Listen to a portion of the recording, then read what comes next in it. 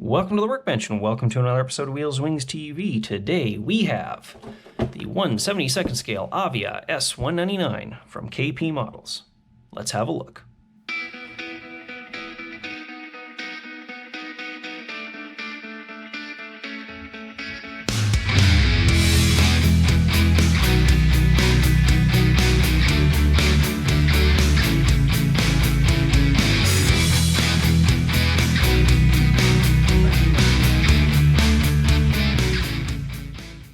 For Sprue, we got our upper wing halves, tail planes, rudders, and of course these are all very BF-109 looking because the S-199 was based on the S-99, which in itself was based on the later G variants of the BF-109. So quite fittingly, AZ have based this kit on their 109s. Very nice panel lines, even down to some nice riveting on the flaps. A little bit of fabric texture on the ailerons and the elevators. Nice instrument panel. Not super crisp, but better than others you get at this scale. And if you build a lot of 109s, these kits are great because you get lots and lots of extra parts. You've got different tailplanes, different drop tanks, even different supercharger intakes and tail wheels and radio masts, all kinds of goodies to put in the parts bin. Nice detail on the radiator faces and even on the inside of the radiator flaps. Even got rudder pedals at 1/72nd scale. Wheel well detail molded to the upper half of the wings, as is the wing tip and the control surfaces, so we get a nice sharp trailing edge, which is always good. Tail planes are molded in one piece with the earlier and later types. You get the shorter rudder and the late tall rudder. The landing gear struts. Even the control wheels for the incidents on the tail plane and the trim. Very good. And then next, also characteristically Messerschmitt sprue, we've got our lower wing section and our left and right fuselage halves. Got inserts for our cowling machine guns. Got the big wheel bulges. We've got our larger, later style wheels. We have our smaller, earlier wheels. We've got our bulges if we were doing a G6 or a G14. Exhausts. Landing gear covers with inside detail. Nice amount of detail molded to the inside of the fuselage halves for the cockpit. Prop spinner and two different types of propeller blade. Very nice panel lines and rivet detail, especially on the lower wing.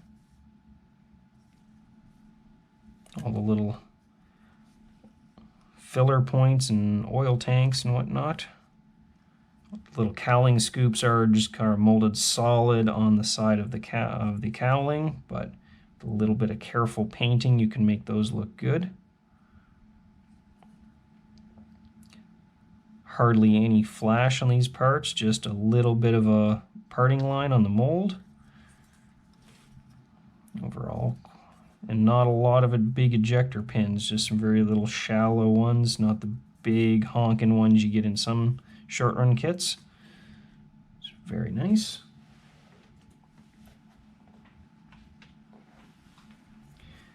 And the important one to this kit are S-199 specific fuselage halves,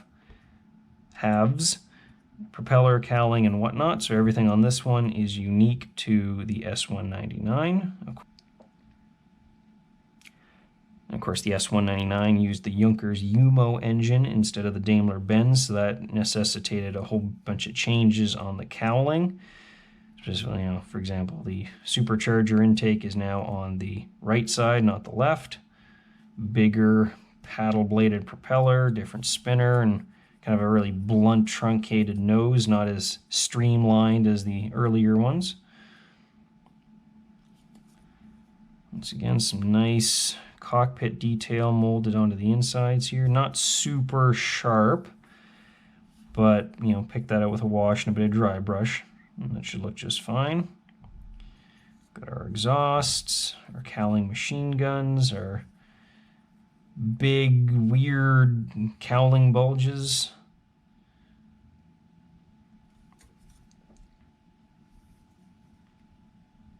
Very nice panel lines, little bits of fastener detail where appropriate, especially around the little inspection points. This is one of AZ's newer kits, so these are actually pretty good compared to some of their older stuff. Not too bad.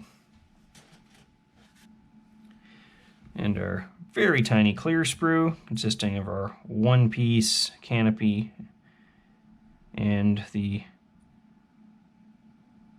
armored glass section that will go behind the pilot. Once again, this is unchanged from the BF-109. I believe some of the later S-199s had a retrofit rearward sliding canopy. This was still the hinged open to the right as the Messerschmitt.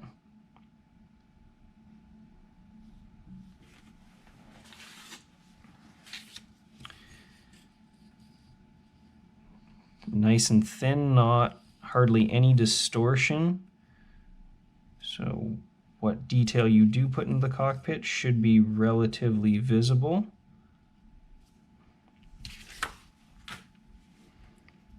Parts are quite clear, not a lot of distortion in the plastic, which is good.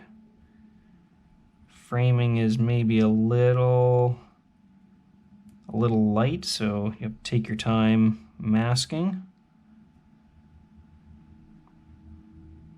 Of course, we have they've included a little bit of the fuselage in front here, so if there's any little fit issues, we're moving those away from the clear parts, which is always a good thing. All right. Decals, typical AZ. Relatively thin, maybe a little bit of extra clear where we don't need it, but color looks good and don't see a lot of the individual dots of color. Whites are always really good.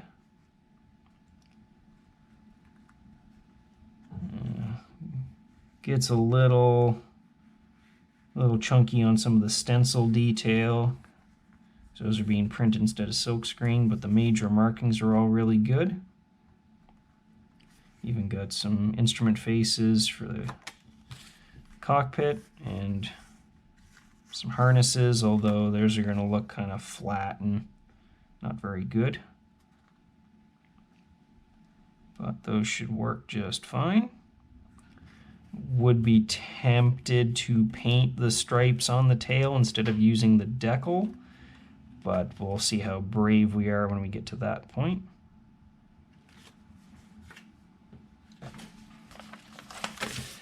And our instructions. The usual historical blurb on the S-199, which was, of course, called the Mule in Israeli service, which should sum up the pilot's opinion of this airplane.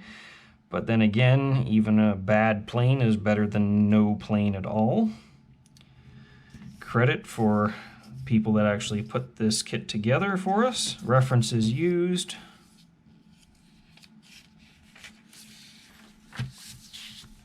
And our sprue map. Lots of parts not for use in this kit because those would be specific to the BF-109s or the S-99s perhaps.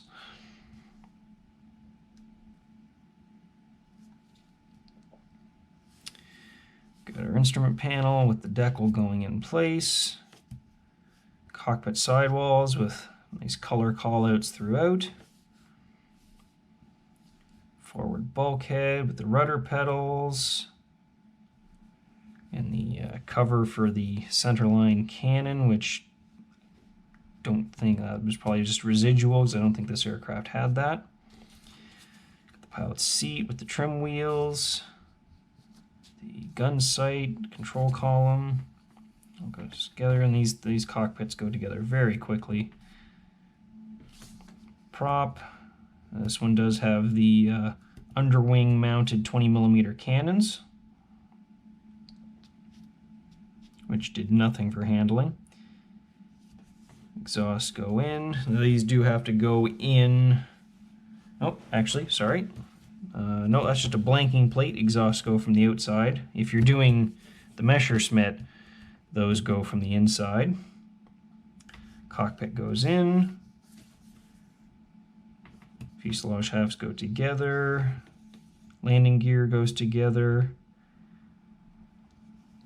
Now when you're putting in the pieces for the radiator, you do have to trim them at an angle so that they'll actually fit. I don't know why they wouldn't just mold those that shape. Perhaps that's just a tolerance issue with their molding abilities. There are two different,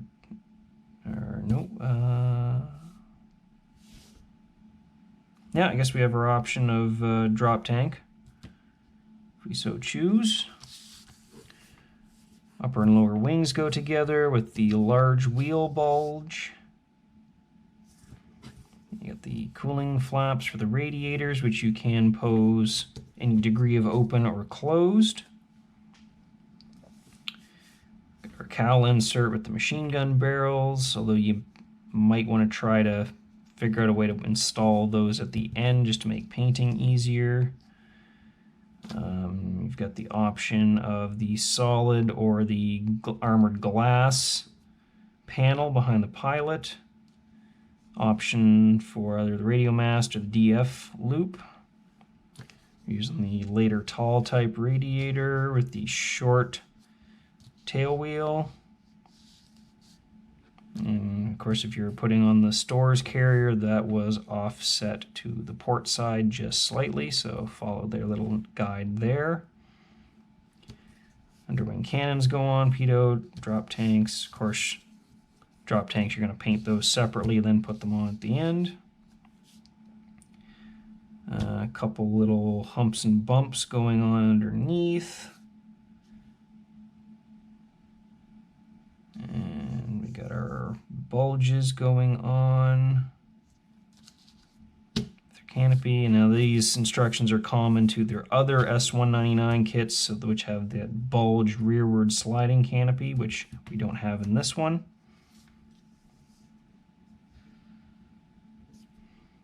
And the oil cooler, supercharger intake, and just double check the dihedral on your wings there. You should have deflection of 10mm from the root to the tip.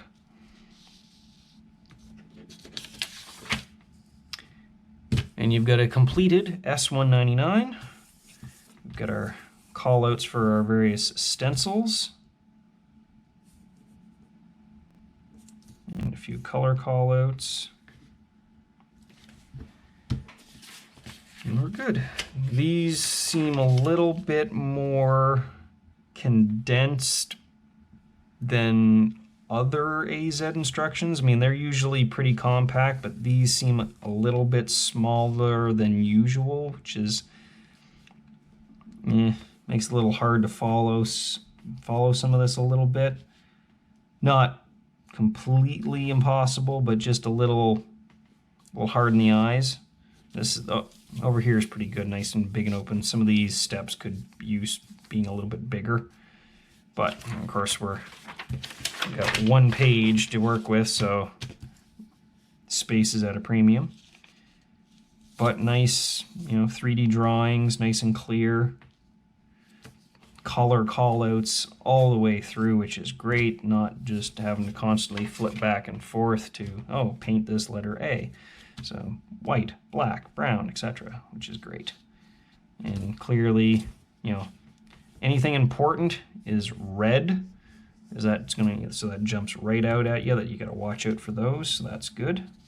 Kind of like Airfix, the previous step is always highlighted in red, so you know what you're doing.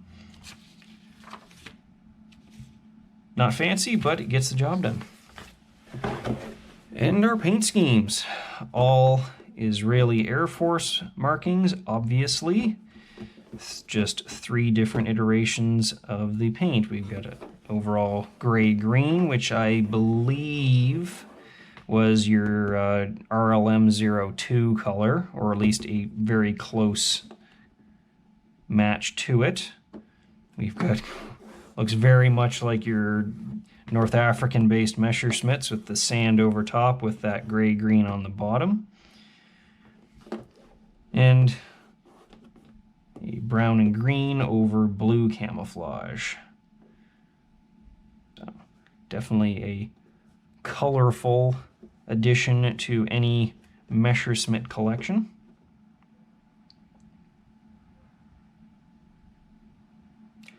Quite ironic that the mainstay of the Third Reich's Luftwaffe went on to fight for the independence of the Israeli nation. So, funny how history works sometimes.